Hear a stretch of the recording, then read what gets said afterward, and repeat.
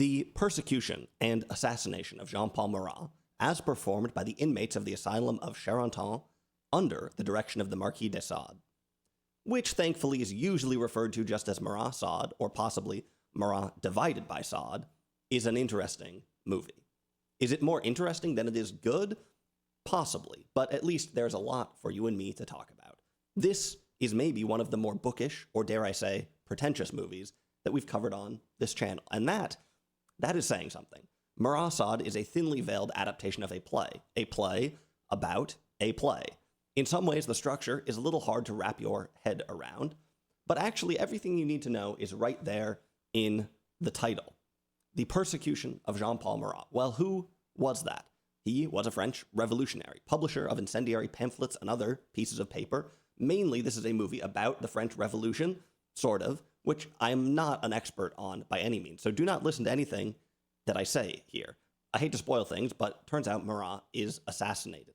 And it seems like this is a moment that crystallizes something about the French Revolution. Marat became a martyr within the revolution itself. There is a famous painting called The Death of Marat, and there is this movie which fixates on this moment. What does this moment represent? It isn't easy to boil that down, but maybe part of it is the waning or the misfiring of the revolutionary zeal, things going wrong.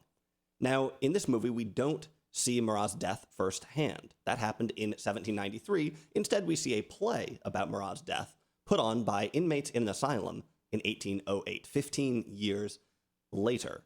Now, who would put on a play in an asylum? Well, one of the inmates happens to be the Marquis de Sade, and he directs and orchestrates this play under the eye of some guy who's the magistrate of the asylum, or something like that. We've got layers in this movie. I'll go into them. And we've got some proper nouns. The French Revolution, the Marquis de Sade. If you've already got a bunch of opinions about these things, great. Maybe if you're attuned to how they have echoed through certain academic, intellectual, or cocktail party movements and circuits, then this movie, it might be right up your alley. If you don't know about this stuff, there's still plenty here for you.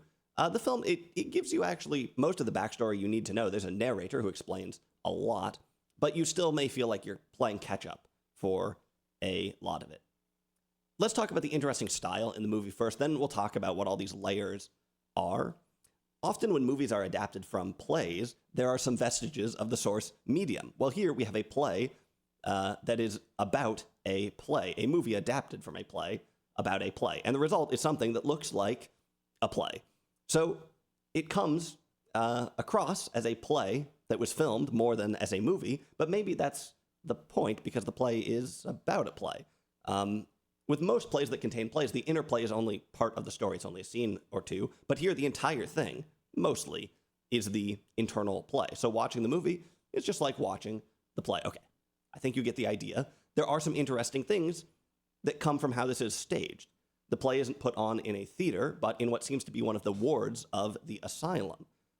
This asylum, Charenton, apparently still exists, although I don't think the conditions are exactly the same.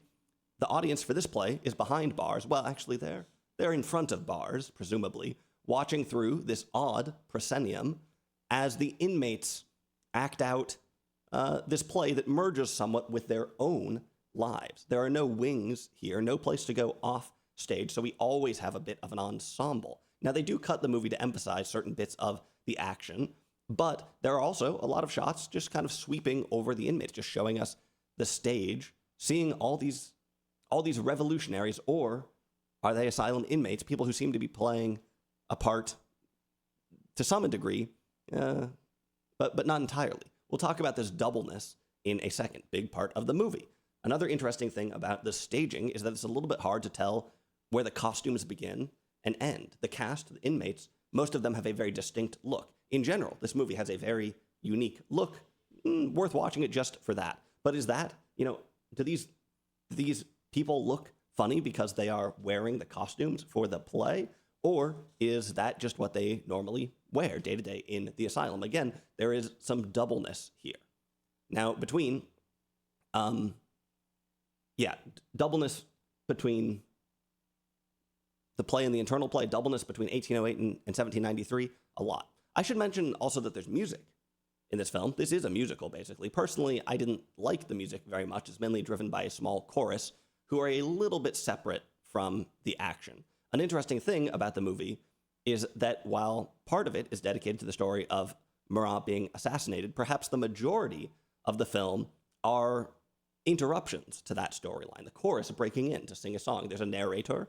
He's actually one of the more engaging characters, offering commentary that is sort of even-keeled, but also dripping with implication, sort of objective, but also potentially very sarcastic.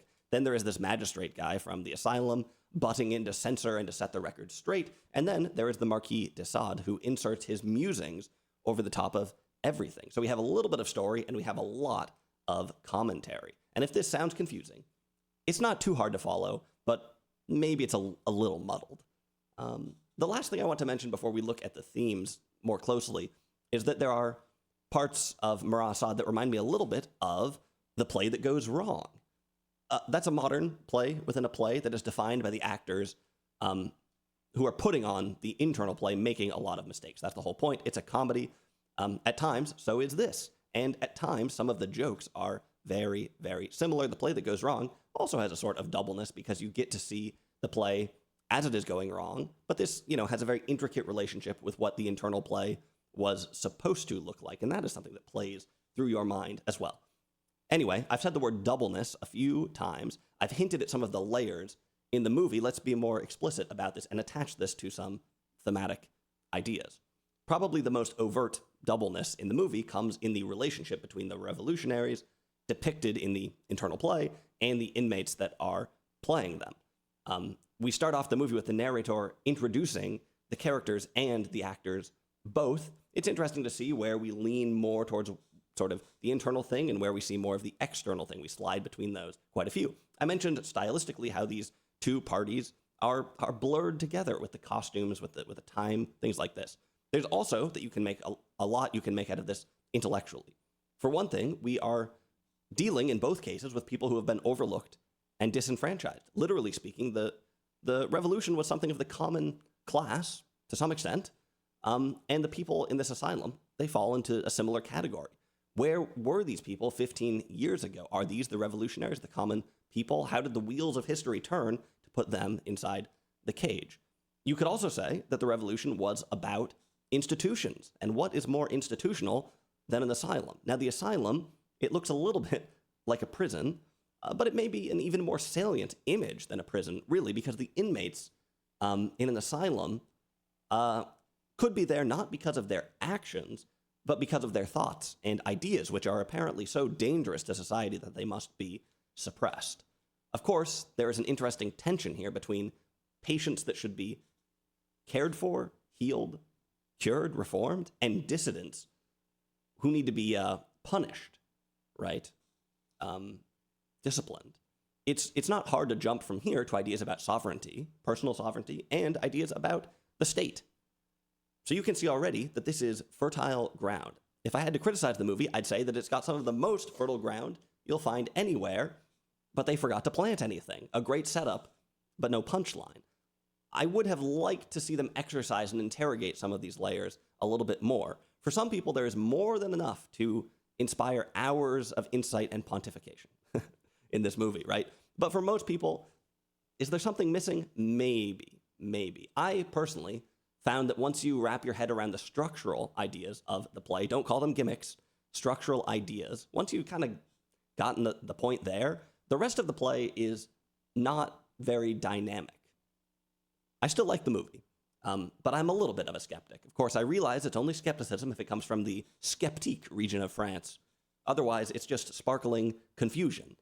Anyway, there's more layers to talk about, so let's carry on. Another one that really sticks out is the difference in time between the action in the internal play and the staging of the internal play. 15 years. I alluded to this a little bit already, but we got more to talk about. The internal play is looking back at recent history. In some ways, it's fighting a losing battle against the hardening memories of the recent past against the emerging history, right?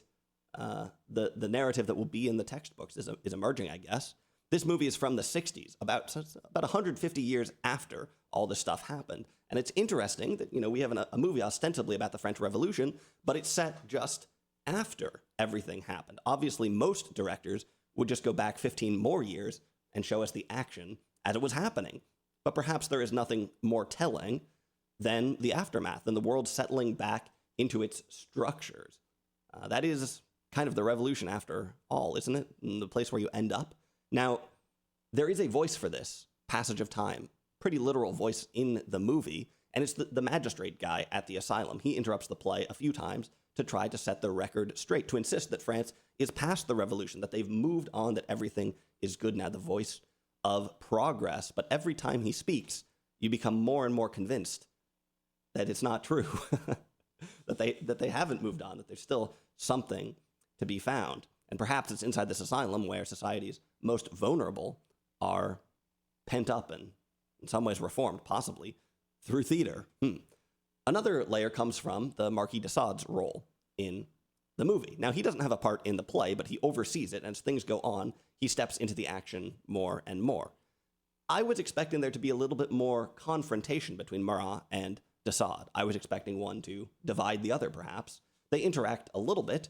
Interestingly, it's Marquis de Sade talking to the actor playing Marat, right? Marquis de Sade is one of the inmates in the asylum, but Marat is one of the people in the play.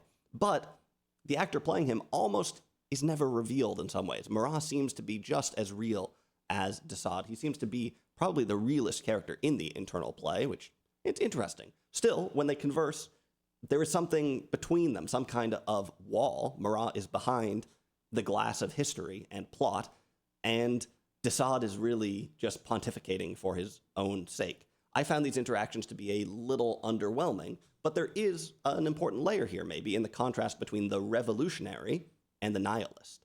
You might expect de Sade, as the one putting on the play, to have more of a stake in the proceedings, to have something to say about Marat dying, but he's really just there to sort of opine, intellectualize, and talk about sort of his interests in general.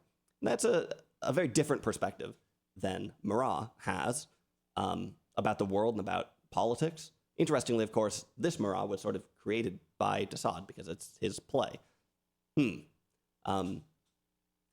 I should say, by the way, if you're curious, de Sade, I think, really was in this asylum, and he wrote things there, and he may have even staged plays or whatever, but this was an original script. It's not something they dug up from the basement beneath Charenton or something. Anyway, this is most of the layers in the play. Well, some of the layers, the big ones, the most obvious ones. This leads us pretty well to the last thing I want to talk about, which is whether or not this play gives us something today. Actually, first, let me say that the play was written in 1963, I think, not in France, but in Germany. And there is something very German about it. It's hard to describe what, but you can imagine how it may have been shaped partially by the German history from the decades before.